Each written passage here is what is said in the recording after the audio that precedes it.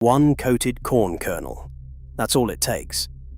A single treated seed carries enough active ingredient to kill a songbird the size of a blue jay. North America has lost nearly 3 billion breeding birds since 1970. That's close to 30% of every bird on the continent. Sparrows, blackbirds, meadowlarks, warblers. Virtually every field corn seed planted in the United States comes pre-coated with a systemic insecticide. 94 to 98% of them, roughly half of all soybeans too. For many farmers, bare seed isn't on the shelf anymore. The choice was made before the seed ever reached them. The chemical is called a neonicotinoid, and there's a good chance you've been planting it without knowing it was there. This problem didn't start with a seed coating. It started when we walked away from a system that had been working for thousands of years. At Harappa and Mohenjo-Daro in the Indus Valley, cities were thriving 4,500 years ago. Archaeologists found evidence of neem use, Azadirachta indica, leaves, bark, compounds, protective and medicinal. By around 500 BC, the Ayurvedic text known as the Karaka Samhita listed neem in dozens of applications, including pest management. What made neem remarkable wasn't just that it worked, it was how it worked. Its active compound, azadirachtin, disrupts insect molting at extremely low doses. Insects can't complete their life cycle, but they also can't easily develop resistance the same way they do against a kill-everything chemical. The plant had figured out a more durable solution. Around 400 BC in Persia, farmers and households were grinding dried chrysanthemum flowers into a fine powder. Persian pyrethrum, Tanacetum coccineum. They used it to kill lice, protect stored grain, and manage crop pests. The chemistry broke down in sunlight within days. It didn't permeate plant tissue. It didn't accumulate in soil. What you applied stayed where you applied it, did its job, and left. No systemic contamination, no residue building up through the food chain. On the other side of the world, indigenous farmers in Mesoamerica had developed something even more ambitious. An entire cropping architecture designed around biological complexity. Corn, beans, and squash planted together. The milpa, or Three Sisters system. Corn provided a living trellis. Beans fixed nitrogen from the air and stabilized the corn stalks in wind. Squash spread its broad leaves across the soil, suppressing weeds and holding moisture. Geographer Carl Sauer called it a symbiotic plant complex without equal. Archaeological evidence traces corn cultivation in what is now New York to around 800 AD. Squash appeared around 1000 AD. Beans around 1300 AD. When European observers arrived in the 16th century, they documented thriving, productive agriculture across eastern North America. No synthetic inputs, intact insect communities, birds everywhere. These weren't primitive workarounds. They were a functioning ecological operating system. Birds weren't collateral damage in that system. They were partners, eating insects, scattering seeds, cycling nutrients. Every method, from neem fumigation to pyrethrum powder to Three Sisters polyculture, worked with biological complexity rather than against it.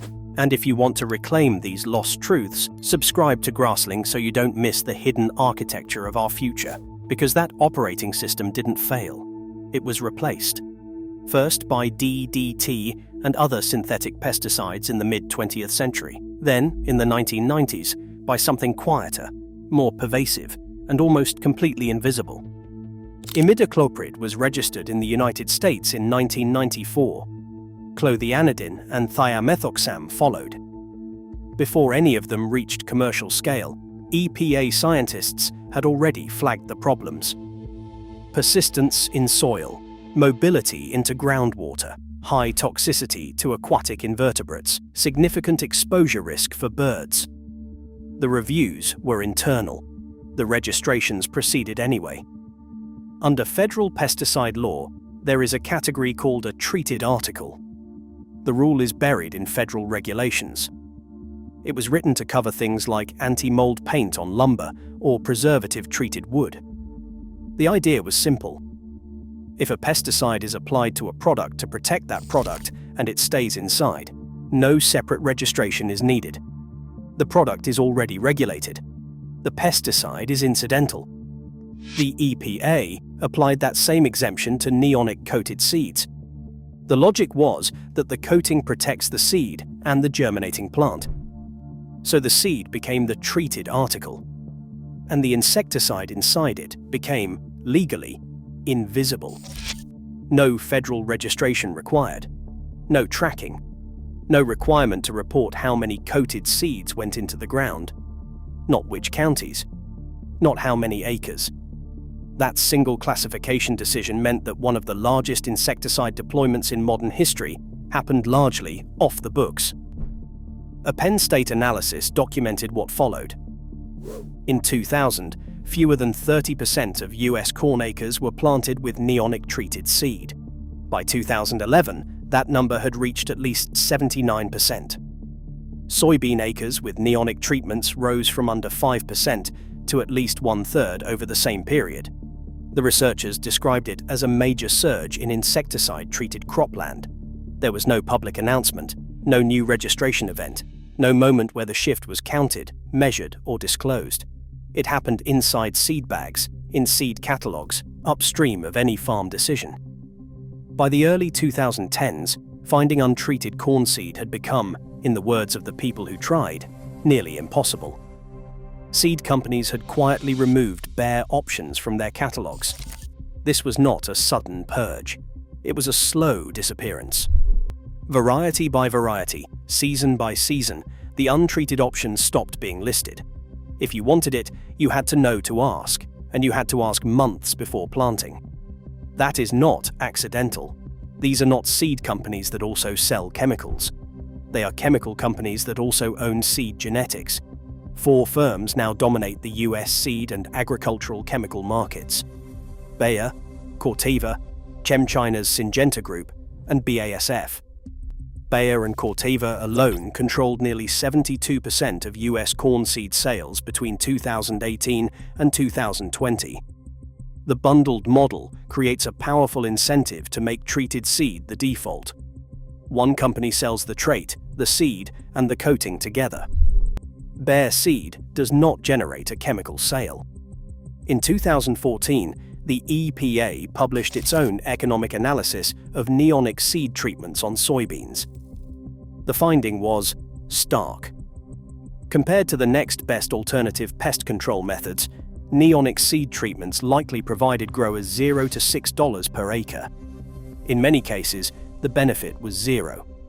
The treatments remained the default. Environmental groups didn't wait quietly. The Center for Food Safety filed a formal petition with the EPA in 2017. Their argument was that the treated article exemption was being applied unlawfully to systemic pesticides that clearly act well beyond the seed itself. The petition triggered years of legal back and forth. In 2025, the EPA issued its formal response. It reaffirmed the exemption. Coated seeds, the agency decided, are still properly covered. The loophole held. That decision came 8 years after the petition was filed. During those 8 years, more than 100 million acres of coated seed went into the ground every single planting season, unregistered and untracked. EPA's own internal scientists had flagged the risks before imidacloprid was ever registered in 1994. High toxicity to aquatic invertebrates, significant exposure risk for birds, persistence in soil. Those findings were in the file. The agency registered the chemicals anyway, classified the seeds as treated articles, and then, 3 decades later, confirmed that classification was correct. The system did not drift into this outcome. It arrived there through a sequence of deliberate decisions. Meanwhile, the European Union moved in a different direction. In 2018, the EU voted to expand an earlier partial restriction into a near-total ban on outdoor field use. Imidacloprid, clothianidin, and thiamethoxam were banned across member states for outdoor field use, with only narrow exceptions for greenhouses and emergency authorizations. The EFSA risk assessment that preceded the ban concluded the risks to bees and other pollinators were unacceptable. The same 3 chemicals, the same evidence base, the same internal agency warnings from the 1990s.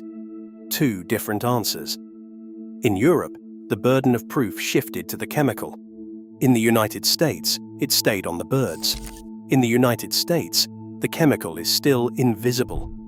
The decision still happens upstream, and the regulatory system was built, deliberately or not, so that none of it ever had to be counted.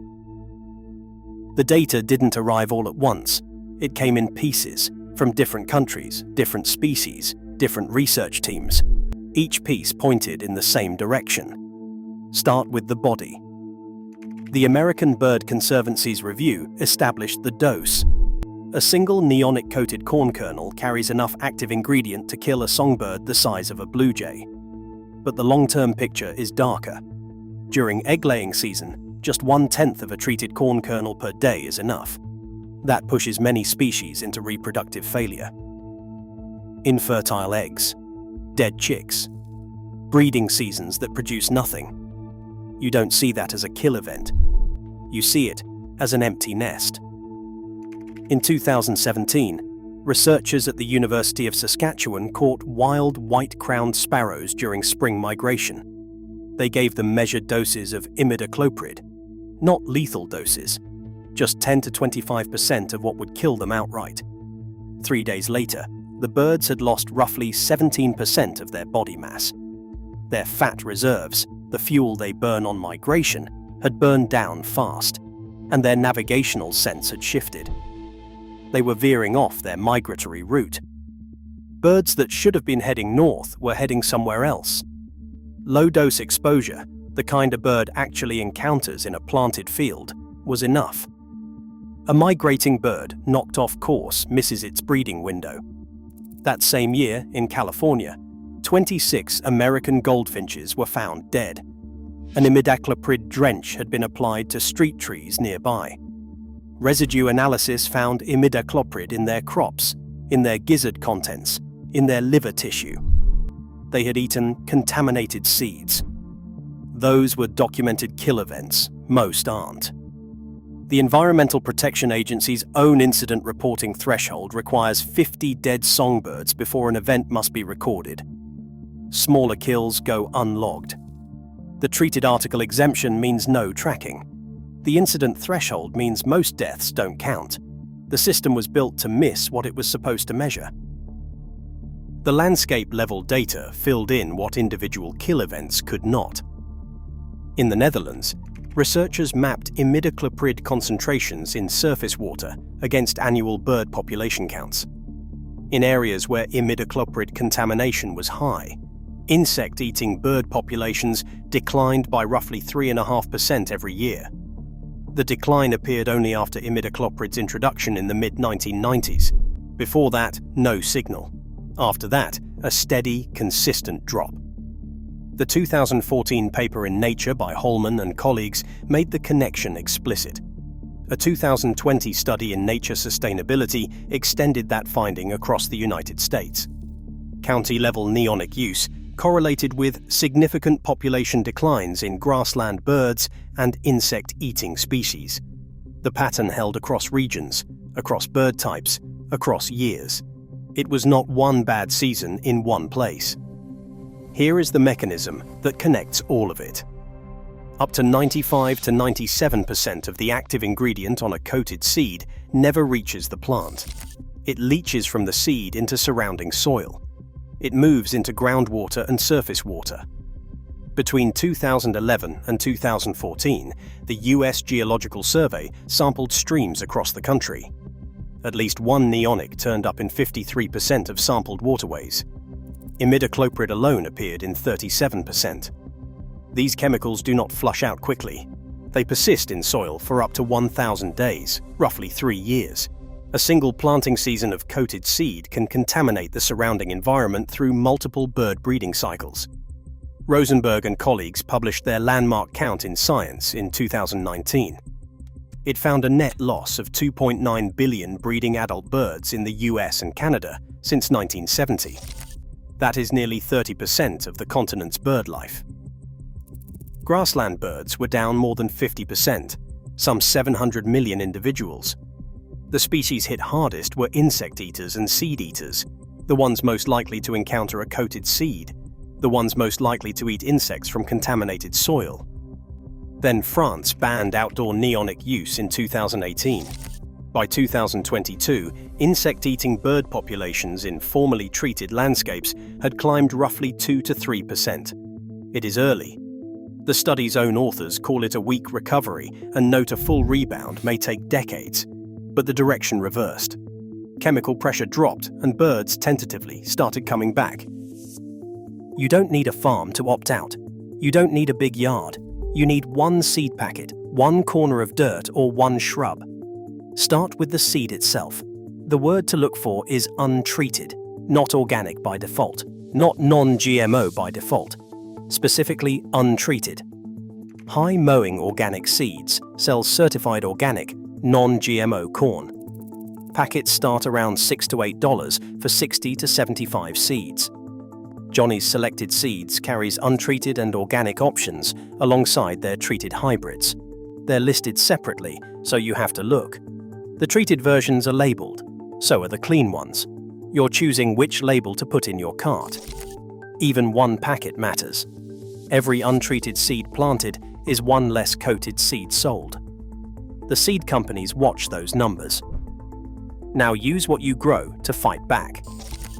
Companion planting works. The ancient logic holds up under modern field trials. Cabbage gets shredded by a small green caterpillar called the diamondback moth. The fix is older than the problem. Plant 1 row of tall marigolds for every 2 to 3 rows of cabbage. The marigolds confuse the moths and pull in the insects that eat them. 1 row, 2 jobs done. The same trick works for tomatoes. Tuck 1 marigold plant between every 2 or 3 tomatoes, or ring the whole bed with a marigold border. Root knotworms drop off. Fruit borers drop off. Yields go up. If you have a sunny corner, even 30 or 40 square feet, there's room for the 3 sisters. It still works exactly the way it did in Mesoamerica. Plant corn in mounds or blocks. Once the stalks hit 6 to 8 inches, sow pole beans at the base. Plant squash between the mounds. Give the vines room to shade the soil without crowding the corn. 3 food crops. No inputs beyond water and time. The polyculture suppresses weeds and feeds beneficial insects on its own. If you're not a gardener yet, the bird habitat section is where to start. It's the one part of this that rewards neglect.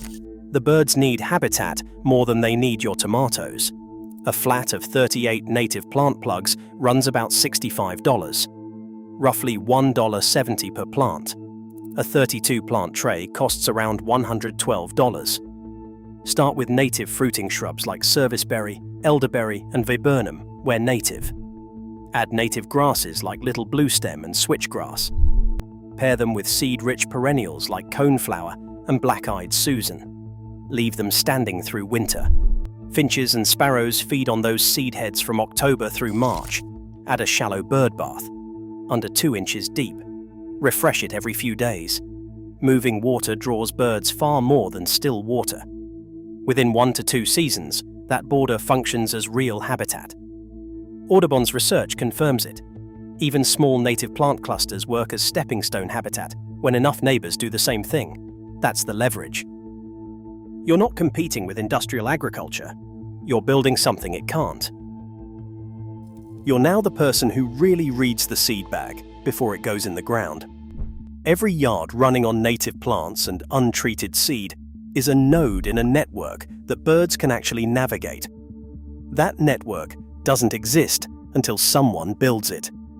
You've just been handed the blueprint. Subscribe to Grassling so you do not miss what comes next. Share this with someone whose soil is ready to opt out. Your seeds, your soil, your decision.